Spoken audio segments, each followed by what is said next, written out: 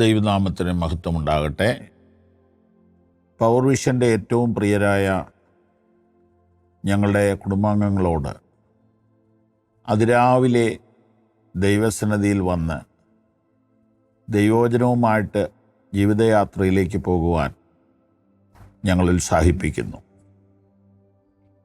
ഈ സന്ദേശം അരമണിക്കൂർ കഴിയുമ്പോൾ യൂട്യൂബിലും ലഭ്യമാണ്.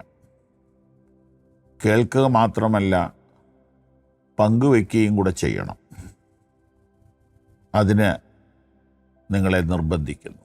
നമ്മൾ വായിച്ചുകൊണ്ടിരിക്കുന്നത് 19-ാം സങ്കീർത്തനമാണ്. ആകാശം ദൈവത്തിൻ്റെ മഹത്വത്തെ വർണ്ണിക്കുന്നു. ആകാശവിധാനം അവൻ്റെ കൈവേലിയെ പ്രസിദ്ധമാക്കും. ആകാശത്തെ പലപ്പോഴും നാം ശ്രദ്ധിക്കാറില്ല. വാന നിരീക്ഷകരെന്നൊരു ഡിപ്പാർട്ട്മെൻ്റ് ഉണ്ട്. അവർ മാത്രമേ അക്കാര്യങ്ങൾ ശ്രദ്ധിക്കുന്നുള്ളൂ. സാധാരണക്കാരായ നമ്മൾ ഭൂമിയിലെ കാര്യങ്ങളാണ് പലപ്പോഴും ശ്രദ്ധിക്കുന്നത്. ഈ വാക്യം ഞാൻ ഇംഗ്ലീഷിൽ വായിച്ചപ്പോൾ, the heavens tell about the glory of God. In the beginning God created the heavens and earth എന്നാണ് ഉൽപ്പത്തി 1:1 തർജിമ. അപ്പം ആകാശം എന്നതിന് സ്വർഗങ്ങൾ എന്ന തർജിമ വന്നിട്ടുണ്ട്.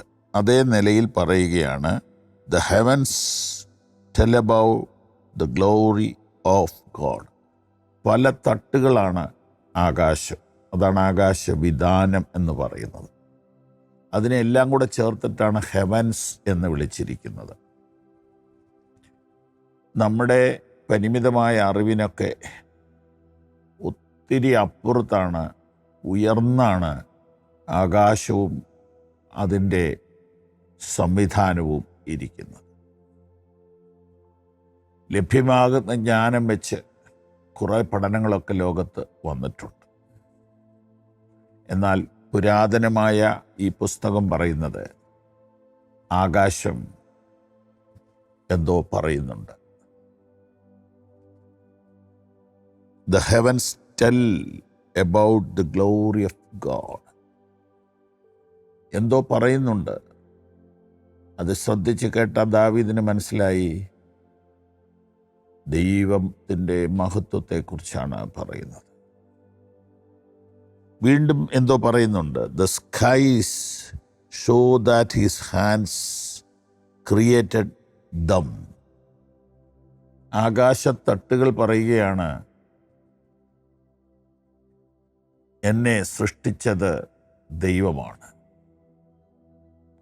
ഞങ്ങളെ സൃഷ്ടിച്ചത് ദൈവമാണ്. ഇങ്ങനെ പറയാൻ ആകാശത്തട്ടുകൾക്ക് സാധിക്കുമെങ്കിൽ, മനുഷ്യ, നിനക്കത് കഴിയുന്നുണ്ടോ? നീ മറ്റുള്ളവരെ നോക്കി നിന്റെ പോരായ്മകൾ കണ്ട്